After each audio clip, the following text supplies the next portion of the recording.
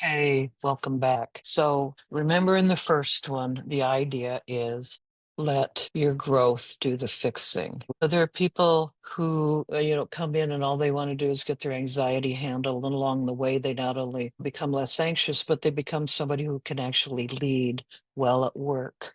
Or we had somebody come in and do methodology. The only thing he wanted was a change in his money situation. And along the way, he had a health crisis. Something went on with his son that was really kind of tragic and complicated. He was doing this kind of narrative shifting for a year. 10 months in, he said in a meeting that he came in focused on money and then got distracted by health issues and relationship issues and handled those along the way. The irony was that he had just landed the biggest contract of his life for himself, for his company. And I'm bringing that up because there's a reason that working on things like relationships and like your health turn into money, because most of the things that fix things are not really about tactics. They're usually about identity. And part of what happens for people when they're doing this well is that they start shifting their identity narratives. And shifting your identity narrative, it's not a small idea, it's a huge idea. And when those shift, an awful lot of things get better. So you can shift your health identity narratives, and that can have an impact on your money. It's very nice how that works out. When you were 17, you begin to start saying, wait a minute, some of what's going on here is what I am telling myself. I'm good at test taking or I'm bad at test taking. And you noticed that when you were in sports, when you were saying to yourself, I think our team can win, you played differently than you went like, I'm on a team with a bunch of losers. So your narratives about other people, you began to notice that when you were saying this person is probably okay, probably not a jerk, you started treating them better.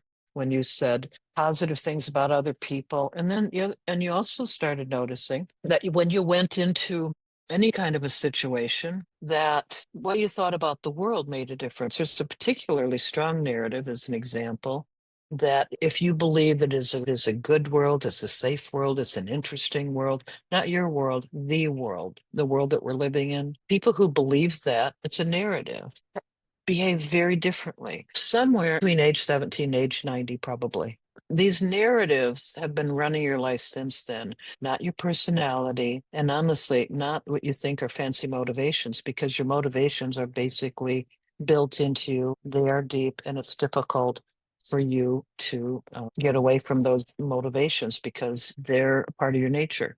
So, this author capacity is where all of the power is in your life. The fact that you can change your narrative about yourself, about other people, and about the world. That's all the power. I personally think that is the number one power that human beings have. Let's say this is you right here, and you were born. And one of the things that you notice in yourself is that you are trying to make a difference. And you notice even when you do make a difference and you know it's a difference, you know you raised your children well. You know the money in the bank is good. You know that your health is okay. Notice that for some reason, you probably look down on yourself for this, but please don't. You're sitting there going, really? Is that all there is? Now, that's built into you because we have this yearning built into us to be more, to have more, to do more. And it gets a bad rap, this sort of yearning, because it's sort of treated like, what's wrong with you? If you were calm and decent, you would just be okay with your life. But human beings strive for more. And one of the many things that we have gotten because of this, gotten on the moon. We have vaccinations that have saved especially children's lives. We have um, we have all sorts of things, and we have bicycles. We have all sorts of things because people answered that yearning for more. Now, that yearning for more tends to arrive in your life, the actual achievement of that, because around here we just say it's your love life, your being life, being a parent, being a spouse, being a good friend, or your contribution life. This is your doing life, your life outside the home in the marketplace. When things go well, we say you're above the line. And basically what's going on is you are being your best self. The mark you're making on this planet keeps getting better and better, and it's closer and closer to what you imagine. But it is infinity. We don't seem to run out of ideas about how we could make things better for ourselves, for other people, and for the planet.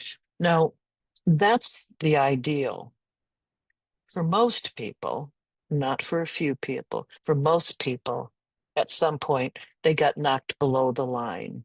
What happens? A broken heart. Or in the marketplace, somebody else they got your job. You're walking down the street, a drunk driver drives up on the sidewalk and breaks your leg. I always say that events that you didn't want usually knock people below the line. And it's narrative that keeps them below the line. It's an important distinction. So part of what people do with a broken heart is they start drinking or they start doom scrolling or they start binging Netflix, just escaping. I can't fix this broken heart. I'm just going to stay away from it. Or what happens is in the marketplace, they get so discouraged, they just go, whatever, I'm just phoning it in. What difference does it make? I've worked hard. It doesn't make a difference. They're still going to take it.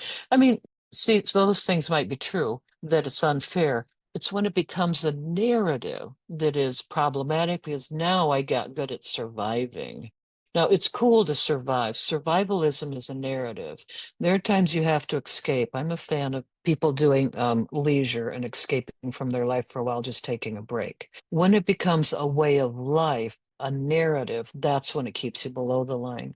Take the victimization. There you are, broken leg. You're going to have to do some physical therapy. And if you're laying there and you go, I'm not going to do physical therapy, I didn't break me, it's not my fault. And all of that's true. You didn't break you and it wasn't your fault, but we all know that your leg is not going to get back to full functioning if you don't do the physical therapy. So when victimization, which everybody has, almost all of us have been the victim of something that hurt us, broke us, wrecked something, crushed a belief system. We've all had that. The difference about being below the line and above the line is if it turns into victimology. What happens with victimology is that people are looking around the corner for the victimology sort of sorts people into perpetrators and victims. And since I'm a victim, of course, I need to keep an eye out for the perpetrators. So around every corner is somebody that I can be suspicious of. It's a very exhausting kind of narrative. So the fix to escapism, victimology, and survivalism are narratives that neutralize those. So the narrative that needs to happen when there's too much escapism in the picture is engagement instead of going away from going towards. Instead of saying, you know, this man broke my heart, I hate men. But how about study relationships? Want to go towards relationships, go towards expertise in relationships and see what happens for you. What about unfairness? It broke you and now you're just paycheck to paycheck. It's like, screw it. Doesn't even pay off to work hard. Well, is that true? I mean, you have to experiment a little bit.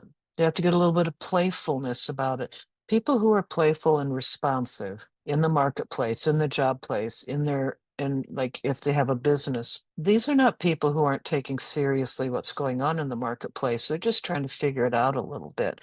They're saying something like, hey, option B didn't work. Let's try option C, D, E, F. And guess what happens? Eventually, something lands. It's working. They're no longer just surviving. They got thriving in the picture, and that helps pull them above the line.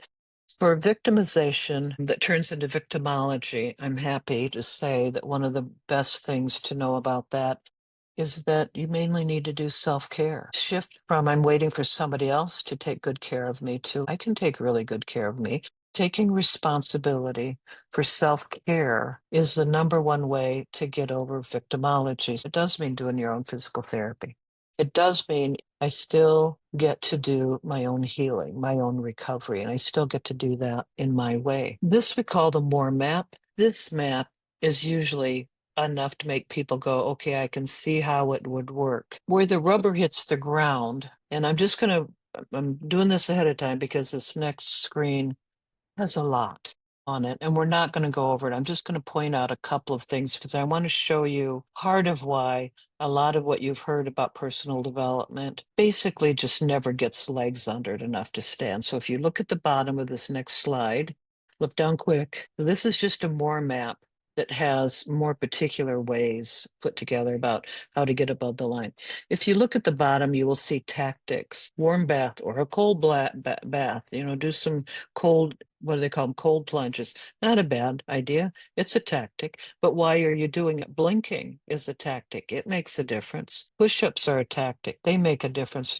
The point of it is, though, if they don't fit into you making a mark, if they don't fit into your relationships getting better, for you having a more profound life, if it doesn't fit into you being fit and well and healed and developed, you won't be able to keep doing it if there isn't a narrative connected to those tactics. And that's the biggest problem around, choosing the latest and greatest tactic like that somebody used and it worked for them perfectly. It might work for you perfectly, but what's the narrative that they have in place relative to that? There are many people who teach, as an example, marketing techniques, and those techniques will work provided that you have a narrative that undergird those. So will this work for you? Yeah, if you shift your narratives. And that's an important thing to think about. If you look at this screen and you think about these toxic narratives, survivalism, victimology, and escapism, which one of those three do you think has the biggest grip on you right now? If that one, which has the biggest grip on you right now, if it were magically gone, how would your life be different? If you wrote anything down, you already can feel the power of changing your narratives. You can already feel that just in imagining what your life would be like if you shifted those narratives. So, and the really cool news is it's what you're built to do as a human being. You are built to be the author of your own narratives. It is the natural state for a human being.